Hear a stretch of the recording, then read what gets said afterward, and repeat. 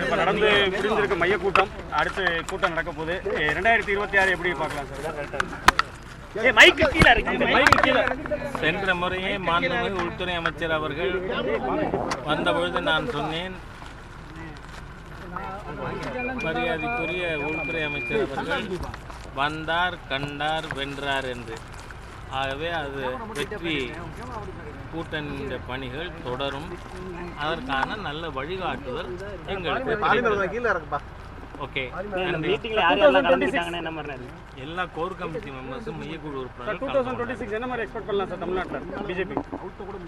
2026 தேசிய ஜனநாயக கூட்டணி ஆட்சி அமைக்கும். நன்றி.